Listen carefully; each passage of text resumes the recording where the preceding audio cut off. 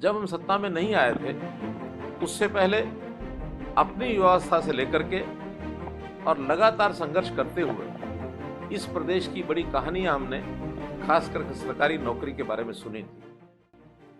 उस समय सरकारी नौकरियों का हाल क्या होता था कि कभी किसी व्यक्ति को पढ़ाई करने के बाद, अच्छी मेरिट में आने के बाद नौकरी की उम्मीद नहीं होती थी, बल्कि नौकरी लगने का जो एक पैमाना था, जो एक मापदंड था कि आपकी कोई सिफारिश है, आपका कोई राजनीतिक आका है, या जो उस समय के सरकार के दलाल होते थे वो सौदेबाजी करते थे, आपसे पैसों की मांग की जाती थी, आप दे सकने में सक्षम थे या नहीं थे, अपने माता पिता को परेशान करते थे। नौकरी के लालच में पिताजी को या तो अपनी जमीन बेचनी पड़ती थी, या माताजी के टूम और गहने बेचने पड़ते थे, या कभी जमीन आदि कोई हो तो उसको गिरवी रखना पड़ता था, कर्ज लेना पड़ता था, तब जाकर के उम्मीद बनती थी कि शायद हमको नौकरी मिल जाए।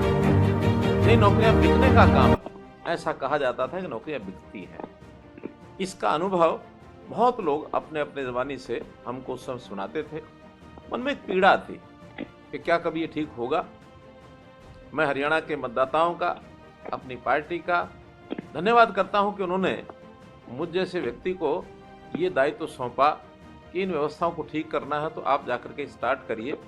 2014 में हमको अवसर मिला। प्रारंभ में ही हमने इस विषय पर संकल्प लिया कि आगे से किसी के साथ अन्याय नहीं होने देंगे, योग्य व्यक्ति के साथ न्याय होगा और न्याय के आधार पर उसको बिना खर्ची, बिना पर्ची के नौकरी दी जाएगी। मिशन मेरिट ये हमने शुरू किया।